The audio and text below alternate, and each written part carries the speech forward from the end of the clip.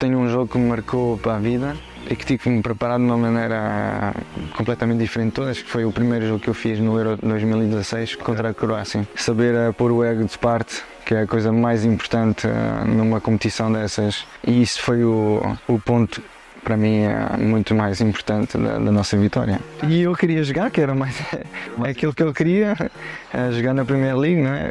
Independentemente do clube que fosse. Deve ter sido o ponto mais negativo da minha carreira, a qual tive que recorrer a um profissional. Foi o conselho que eu guardei desde sempre, foi do Sr. Aurélio Pereira, e o conselho foi que nunca deixar nada por fazer e autocrítica.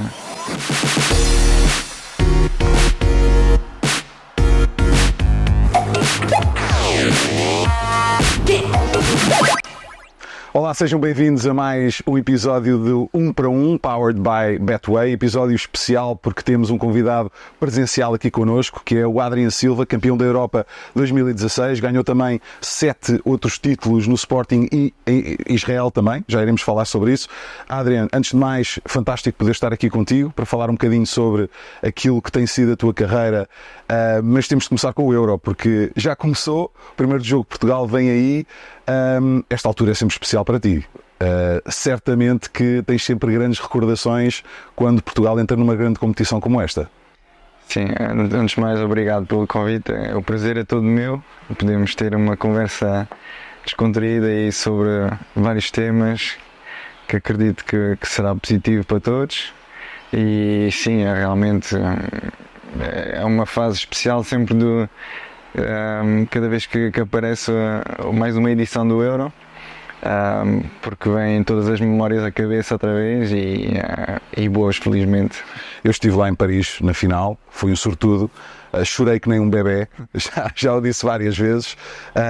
Aquilo, sabes, Adriano, e eu que morei fora 20 anos, tu que nasceste fora e estiveste muito tempo fora também, eu acho que é um bocadinho diferente para nós que sentimos Portugal de outra maneira. Não estou a dizer que é melhor ou pior, mas é de outra maneira, não é? Portanto, para ti, especialmente, ganhares no país onde nasceste deve ter sido tipo uma coisa completamente épica, não é? Sim, é realmente uma história impensável de se concretizar desta forma. Como disseste, é um sentimento, acho que ainda mais especial para quem sai e muda das suas origens, ter uma família metade francesa e metade portuguesa, ter no estádio vários amigos franceses a torcer por Portugal, os familiares franceses a torcer por Portugal. Eu tive que comprar muitos bilhetes para eles. Imagino que sim. E depois acabar daquela... Já era uma vitória antes de acabar o jogo. E concretizar-se daquela forma foi realmente a cereja no topo do bolo. E então foi vivido muito, muito intensamente. Portugal esteve tão próximo tantas vezes de ganhar um grande título e teve tanto talento durante muitos anos também, muitas gerações com craques mundiais. Porque é que achas que esta geração conseguiu ganhar? Eu acho que não foi um título ganho pelo talento, okay? Foi um talento ganho, um título ganho pela união. Sim, sem dúvida, mas Portugal já merecia há muito tempo ter ganho um título europeu ou mundial, por todas as gerações que passaram de grande qualidade e nem sempre dentro de campo foram inferiores e mesmo assim não conseguiram os resultados positivos, mas a grande diferença é que tudo se alinhou para nós também. Nunca desprezamos isso. Acho que foi um conjunto de coisas que estava destinado para nós. Depois, claro, tem muito esforço lá dentro, Claro. Muito sacrifício uns pelos outros, saber pôr o ego de parte, que é a coisa mais importante numa competição dessas, e no futebol e no desporto de alta competição, na minha opinião. E acho que toda a gente, sem exceção, soube pôr isso em prática, não só de palavra, que isso é sempre tudo bonito quando se fala de comunicação social, mas depois fazê-lo e senti-lo é completamente diferente. e isso foi o ponto, para mim, muito mais importante da nossa vitória. Que expectativas é que tens para este Euro? Porque a nível de talento, se calhar é dos melhores lotes, não é? Dos melhores lotes que nós já tivemos, mas relativamente aos egos, também há egos grandes, porque temos jogadores em grandes clubes, dos maiores clubes do mundo.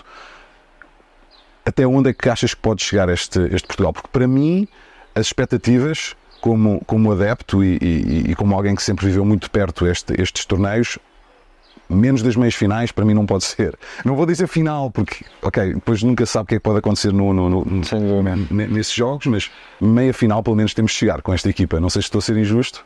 Injusto de maneira nenhuma. Se falarmos da qualidade e olharmos para cada um deles, podemos fazer 2 seleções competitivas que podiam chegar realmente às meias finais ou à final. Mas eu acho que é injusto falar dessa maneira, de pôr já essa pressão em cima deles, porque como vimos nos jogos de preparação, que é completamente diferente, mas vimos que toda a gente está preparada mentalmente e fisicamente também, me pareceu muito preparado para encarar esta competição da melhor forma, mas acho que tem um grupo excepcional. O que é que achas que é a chave para vencer um torneio como este? Falaste de colocar o ego de parte. Se tu estivesses no balneário antes do primeiro jogo, com a Chequia, que tipo de conselho é que davas? Como alguém que já ergueu o troféu, o que é que dizias a este grupo e se calhar aos mais jovens? Dar um conselho é sempre complicado, porque quando vemos a qualidade e a capacidade de cada um deles, acho que não precisam de grandes conselhos para entrar dentro de campo, mas é mesmo olhar e fazer uma autocrítica e perceber qual é o papel de cada um deles ali dentro e saber o que realmente tem a fazer para Portugal sair beneficiado com o rendimento deles.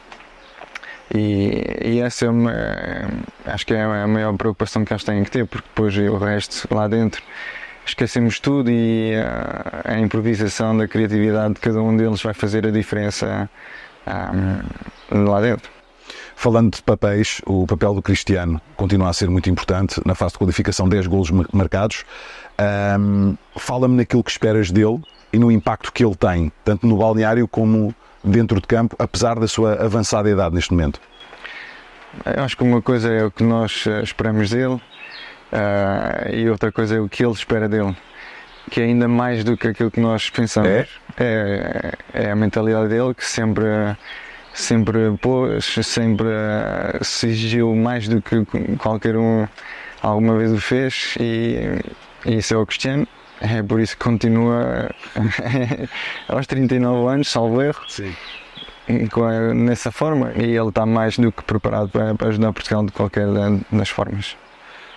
Falando de títulos que esperamos celebrar como o Euro, tu já tiveste a oportunidade de celebrar um título esta época, imagino eu, no Sporting. Como é que seguiste a campanha da equipa de Ruben Amorim? Com uma grande alegria, não é? Como toda a gente sabe, e nunca escondi que o meu clubismo, vamos falar assim, e poder celebrar, e tal como a minha família, que é a minha esposa e os meus filhos, torce sempre muito fervorosamente, e foi com grande alegria que vimos acabar não bem pela final da taça, mas a nível do campeonato. Foi muito bom para os sportinguistas este campeonato. Surpreendeu-te a forma como eles jogaram e acabaram por dominar o campeonato? Não, porque já são 3 ou 4 anos com um núcleo já forte, com um treinador, com as ideias de um treinador, e isso mostrou-se que não era por acaso que já tinham sido campeões numa altura diferente, e terem essa sequência e essa regularidade, mas sim, este ano tiveram uma superioridade na minha opinião, aos rivais. Acho que falou-se muito do Gyökeres, obviamente, pelos golos que marcou. Achas que foi o MVP do Sporting esta temporada? Não, nunca fui de individualizar neste contexto coletivo, apesar das individualidades sobressaírem quando o coletivo está bem, mas acrescentou características ao Sporting que não tinha, e isso deu uma vantagem muito grande em várias fases da época de jogo, e foi por isso que também se sobressaíram e destacaram claramente. Tu estiveste, salvo erro, 15 anos ligado ao Sporting durante toda a tua carreira. Não é fácil chegar ao topo. Porquê é que achas que tu conseguiste? Porque talento é uma coisa, e já falámos nele, técnica também, e tu tens, sempre a tiveste, mas e há muitos jogadores que também têm, portanto, porquê é que tu chegaste? Sim, como disseste bem, é um percurso longo, muito longo, porque não começa a partir dos 18, não. Começa dos 12, e vi muitos colegas aí a ficarem pelo caminho, que também tinham um grande potencial, mas vai-se, ao longo do tempo, vai-se afunilando. E ao fim e ao cabo tive sorte que os treinadores gostassem das minhas características. Mas não é sorte, Adriano. A sorte, eu acho que a sorte, eu digo faz sempre, parte. Ok, mas a sorte custa muito trabalho. É verdade. A sorte dá muito trabalho, portanto. Eu costumo dizer que eu fiz tudo em cada ano que passei pelo Sporting, desde os 12. Na minha formação toda, eu fiz tudo o que tinha que ser feito para eu conseguir, e não ia ter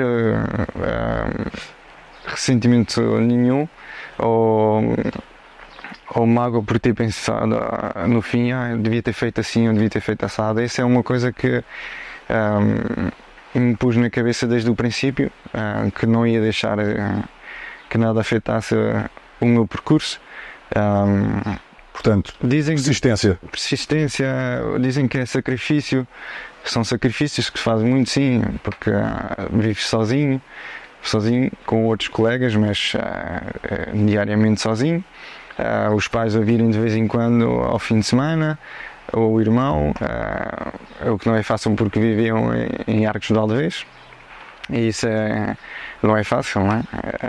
Com pais que trabalham, irmão que estuda, arranjar tempo também não era o mais fácil. Agora é uma escolha, acaba por ser uma escolha, e a partir do momento em que se toma uma decisão de fazer alguma coisa, é para fazer a 200%, e foi o que eu fiz.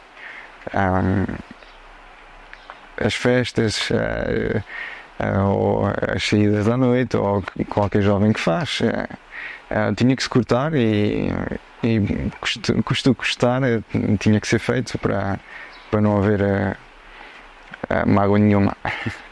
É interessante porque eu há pouco tempo ouvi uma entrevista do LeBron James, em que ele obviamente, como sabes, passou do liceu para a NBA, e nos primeiros anos da NBA tinha muitos amigos que estavam a ter a vida de universitário e ligavam, tipo, vem ter esta festa, vem ter aquela festa, está-se a passar isto, está-se a passar aquilo. Tu tiveste momentos assim, em que tiveste mesmo a dizer, pá, malta, não dá. Estou focado nisto, tiveste? Não é como nos Estados Unidos, mas sim, houve muitas possibilidades de destabilizar, não é? Destabilizar, que não era por maldade, era por naturalidade, sim, com os jovens da nossa idade. Sim. Costumo dizer que saltei uma parte um pouco da minha juventude, e isso é a parte mais difícil de resistir, mas é o que faz parte do caminho. Sabes, eu acho interessante porque sempre que te vi fora de campo achei-te super tranquilo, depois entras lá dentro e transformas-te. Porquê e como? É a paixão que eu tenho pelo jogo, a paixão engloba o diário, não só dentro de campo, porque aquilo que tu pões, o sacrifício que tu e o cuidado que tu tens com tantas coisas fora do campo, fora do treino, tem tanta importância que dentro o sentimento que tu tens é: eu fiz isto tudo fora para depois dentro render. E quando queremos tanto uma coisa, essa paixão vem ao de cima, porque ao fim e ao cabo fazemos isto para aquilo que toda a gente vê, ter essa recompensa e dar essa alegria também às pessoas que estão no estádio, e às nossas pessoas que diariamente sentem a frustração ou a alegria ou a vontade de ser perfeito, o que nunca acontece, mas tentar lá chegar e ultrapassar os limites, sair da zona de conforto, e sofrem também connosco, e por isso é que dentro depois há é um pouco automático, transformamos dentro, mesmo no túnel já é diferente. Antes de entrar e quando entramos esquecemos de tudo o que está à volta, porque sabemos o que temos a fazer a cada momento do jogo, e por isso é que é muito improvisado depois, mas é automático esta paixão que sai de cima. Qual é o melhor conselho que te deram durante a tua carreira? Eu acho que começou muito no início, foi o conselho que eu guardei desde sempre, foi do Sr. Aurélio Pereira, que foi com ele que comecei e por causa dele que começou esta aventura, e a qual estou eternamente agradecido, e hoje em dia ainda estamos em contacto com muita frequência, porque é uma referência para mim e para muitos jovens que lá passaram. E o conselho foi que nunca deixar nada por fazer, nunca olhar para o lado quando alguma coisa errada está mal connosco, e a autocrítica era o mais importante quando vinha da boca dele, era olhar para o espelho e realmente ver a realidade em frente. Adriano, já passaram muitos anos desde esse tempo, e tornaste-te um autêntico globetrotter, e vamos aqui passar os países: Israel, Itália, França, Emirados, Inglaterra. Estou a não foi a ordem certa, mas sim, não foi a ordem certa.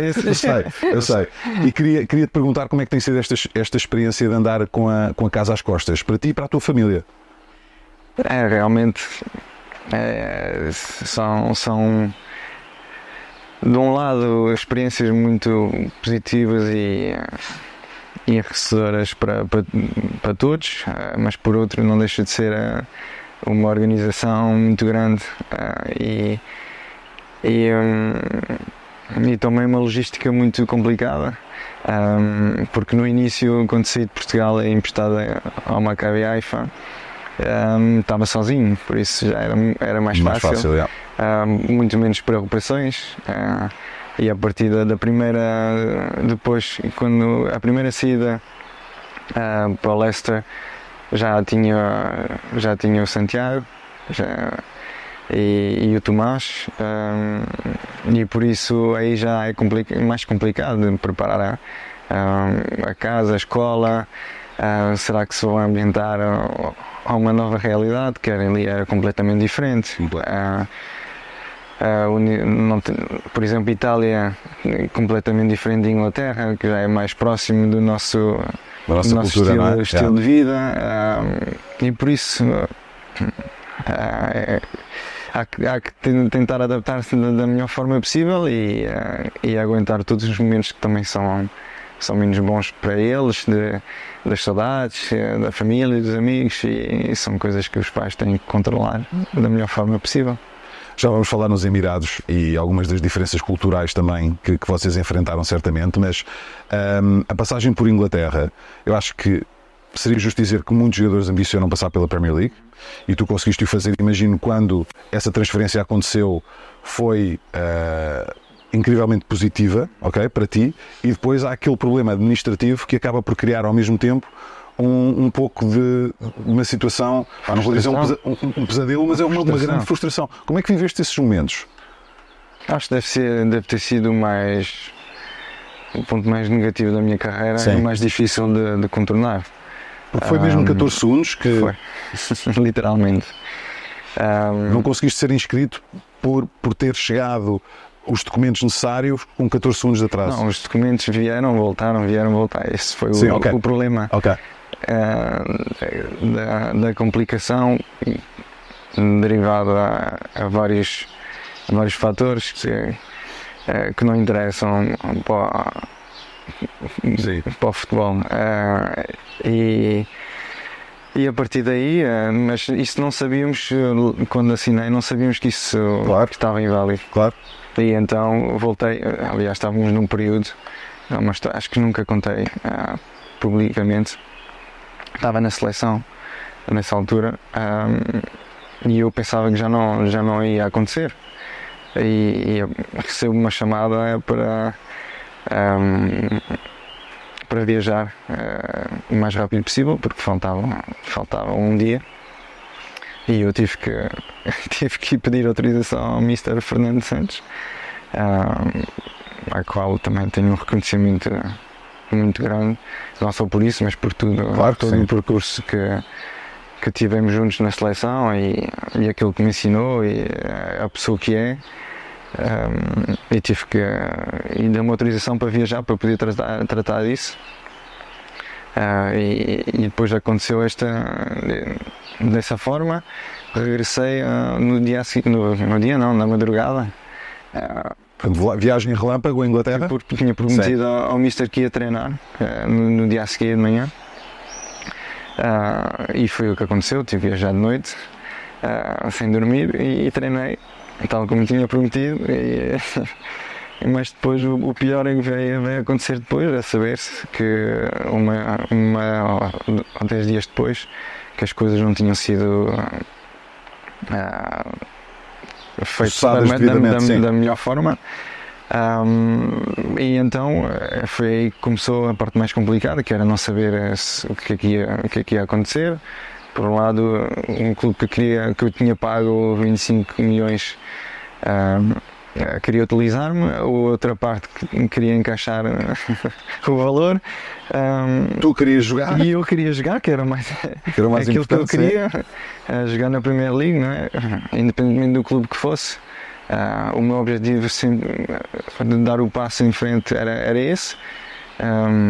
Porque se compararmos os clubes e a ambição de cada um deles era completamente diferente. De todos aqueles que eu joguei depois disso, o Sporting era realmente aquilo que eu me identificava a nível de objetivos de clube e de pessoais, mas depois vem a parte de sair da zona de conforto, e tentar experimentar outras coisas e ver até onde conseguimos ir. E essa é a parte que eu falei, da formação, dos sacrifícios, para não deixar nada por fazer, e esse era um deles, de não ficar, e se tivesse ido para a Primeira Liga, será que tinha conseguido ou não? Não queria ficar com essa dúvida na minha cabeça. Tu estiveste 6 meses sem jogar? Tive 6 meses sem jogar. Como é que mantinhas a forma, e psicologicamente como é que te continuavas a motivar? Sempre tinhas um calendário e ias cruzando os dias que faltavam? Devia ter ido ao psicólogo antes de vir para aqui, porque é muitas emoções a passar outra vez, né? Porque deve ter sido o momento mais sombrio da minha carreira. A qual tive que recorrer a um profissional precisamente por isso, porque entretanto também houve uma mudança de treinador nesses 6 meses, a qual não tinha sido aquilo que me tinha contratado, que era o Ranieri. Certo, Ranieri sai. Quem é que entrou? O Claude Puel. Achava que ia ser positivo também para mim, mas acabou por ser realmente muito, muito negativo, no sentido de eu não contava para ele, mesmo sem jogar, não contava de tudo para os planos dele, e fez tudo para tentar destabilizar, porque ao fim e ao cabo na nossa carreira é fácil apanhar um treinador que prefere outras qualidades do que do outro, mas depois quando toca outras coisas já acaba por ser um pouco mais desagradável. E foram 4 meses muito, muito difíceis de aguentar psicologicamente, porque ao fim e ao cabo eu queria continuar a jogar na seleção Certo. e tinha sempre isto na cabeça. Eu queria continuar o meu percurso, era o ano do Mundial da Rússia. Sim. Um, E a Taça das Confederações E no ano sabia anterior, que- não é? E depois o Mundial, sim. E sabia que para ser chamado tinha que jogar e era legítimo, obviamente. E isso frustrava-me cada vez mais quando via isso a fugir-me entre as mãos. Mas felizmente depois de janeiro e infelizmente para alguns colegas meus houve algumas lesões e algumas restrições e fui obrigado a pôr-me em campo e fiz 2 jogos muito bons contra o Arsenal e contra o Tottenham e a partir daí ele não pôde tirar-me Deu o braço a torcer. até ao fim e consegui ir ao Mundial em 5 meses. O que foi do momento mais sombrio da minha carreira. Não foi um troféu, mas foi como se fosse Claro que sim. passar isso. Porque foi uma vitória da perseverança também, de teres continuado a lutar e acreditar que era possível quando todos os fatores estavam contra ti, não é? Sem dúvida. Isso acho que faz muito parte, para já, na vida de todos nós profissional, temos obviamente vários obstáculos que temos de ultrapassar, mas a vossa carreira principalmente depende às vezes de tanta outra gente à volta, não é? Não só os concorrentes diretos das posições, mas os treinadores, como acabaste de dizer. Tu, quando começas a jogar a Premier League e jogas bem, o que é que pensaste? Porque é que a Premier League é diferente? Porque é que a Premier League é especial? Eu acho que começa toda a envolvência do espetáculo é um pouco parecida ao desporto americano. É a preparação do jogo, os adeptos, o jogo em si, que é de uma intensidade muito grande e num espetáculo fantástico. Isto proporciona outras coisas que não existem noutros campeonatos, quer o português, o francês ou o italiano, que tive também a oportunidade de jogar. E só jogando é que se sente aquele ambiente, e depois de um jogo, mesmo não tendo um resultado positivo, o carinho que sentes das pessoas é completamente diferente de outros países. Eu morei lá 7 anos em Inglaterra e adorava ir à bola lá, porque era mesmo isso, sentia-se uma energia incrível, não é? Independentemente da equipa estar a ganhar ou perder, também tipo uma não havia energia ambiente positiva. tóxico, não é? Exato. Os adeptos continuam contigo até ao fim, e desde que te vejam que estás a tentar, estão contigo. Acho que a única altura em que eles se viram é se notam que a equipa desprende-se do jogo. É verdade. Se tiver, pode estar a perder 4-0, mas se estiver a dar o litro, tem apoio na mesma, não é? Está tudo bem na mesma. Yeah. É realmente é o que tu dizes, e é muito importante realçar isso, é o ambiente que não é tóxico. Yeah. O que se pode sentir noutros ambientes, noutros estádios, Sim. noutros países, ali não... Yeah. Eu concordo contigo e acho que aquilo é um espetáculo. Eles fazem daquilo um espetáculo. Começaram muito cedo, no início dos anos 90, a vender aquilo para fora sempre como sendo um produto de entretenimento, e muito bem, e têm conseguido aguentar isso. Melhores jogadores com quem jogaste na Premier League? Ou adversários mais complicados? Mais complicados? Já foram bastantes, mas partilhar o balneário, por exemplo, com o Mahrez foi especial. Ou o Vardy, que são figuras da Premier League e também do Leicester, que conseguiram um feito inédito, e tem realmente um impacto muito grande. Foi muito bom poder partilhar o balneário com eles. Agora contra, eu joguei com muitos jogadores complicados não consigo escolher um, porque era realmente todos os jogos, independentemente de um clube grande ou pequeno. Mas o City foi realmente o clube, diria, coletivamente mais complicado de enfrentar.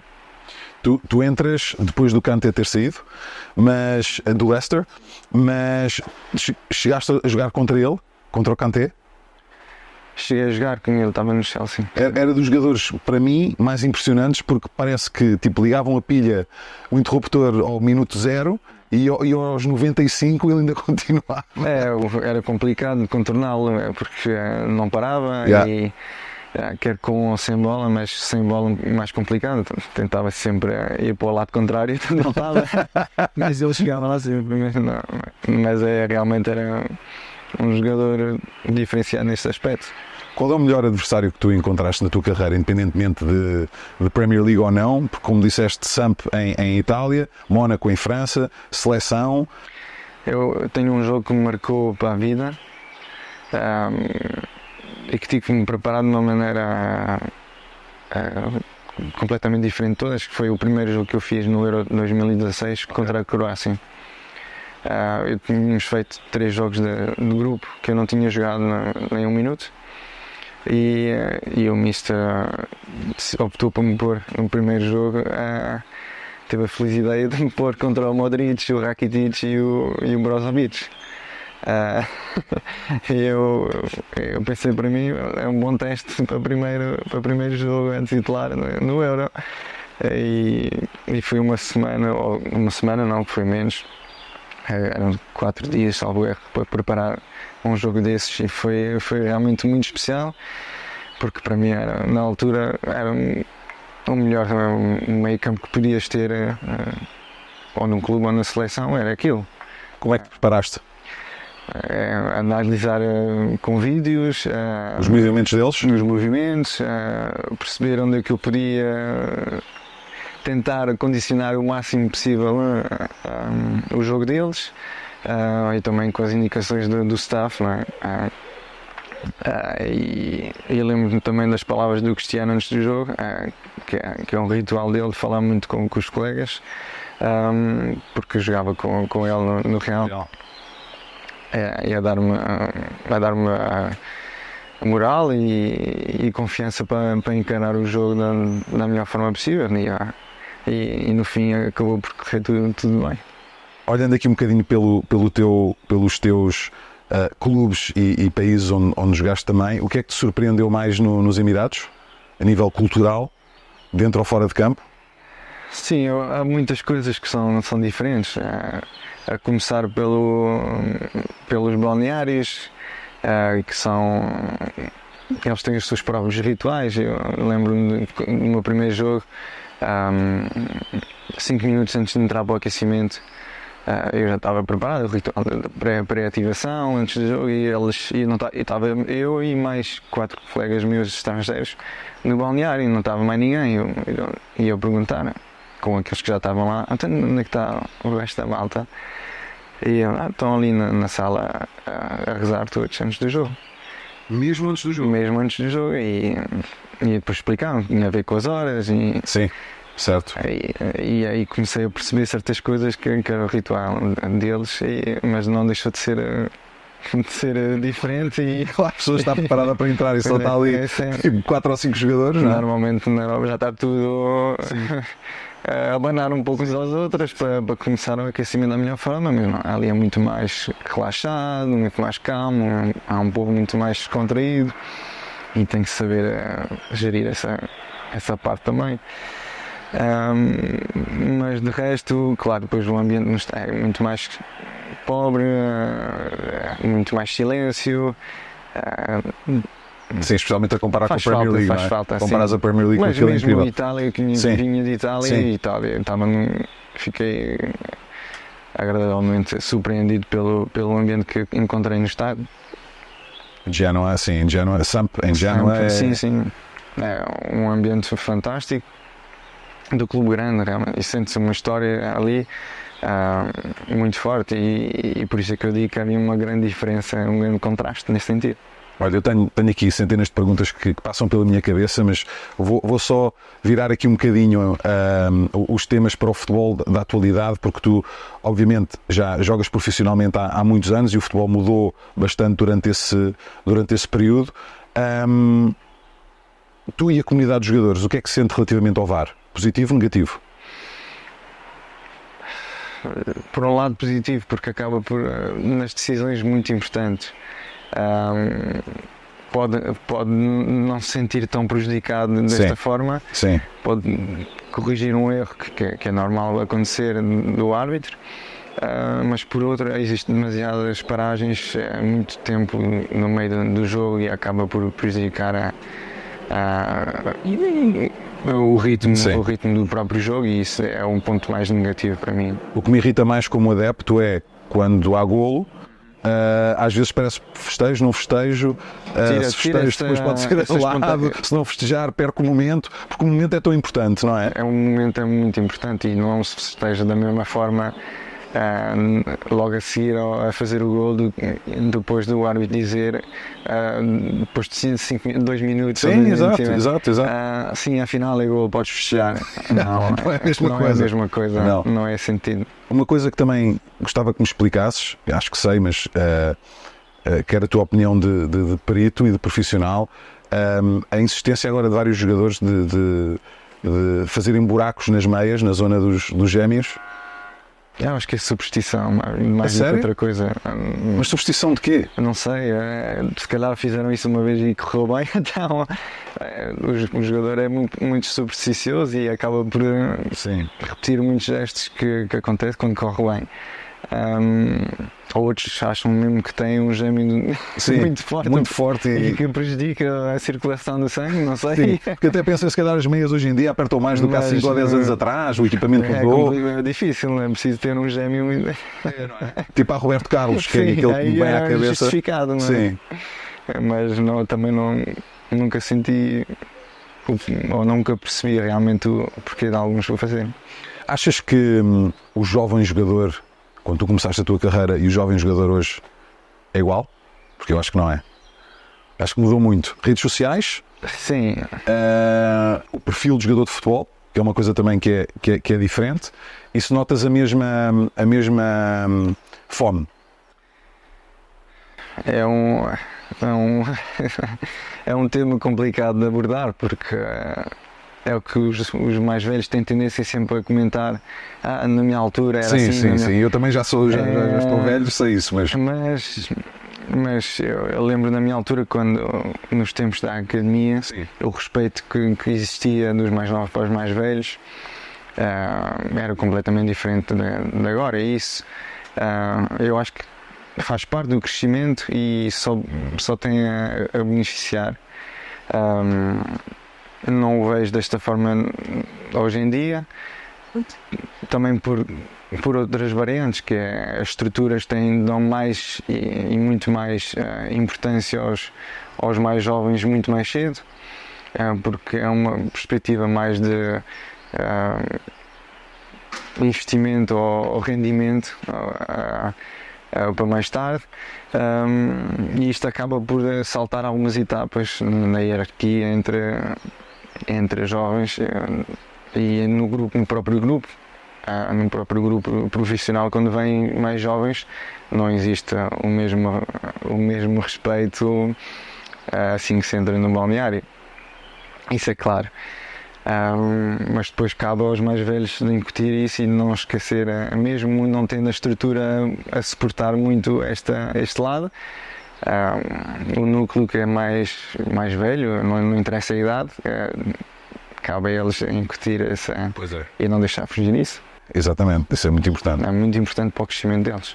Olha, Adriano, este iPad apareceu aqui de forma mágica nas minhas mãos, porque eu tenho umas perguntas rápidas para te fazer, de resposta rápida, ao que é o nosso locker room, que fazemos com todos os nossos convidados. A primeira pergunta que te quero fazer é a tatuagem que significa mais para ti, porquê? Diria esta, ou esta também fiz há pouco tempo, que são os meus filhos. À qual vou ter que acrescentar agora mais um. Parabéns!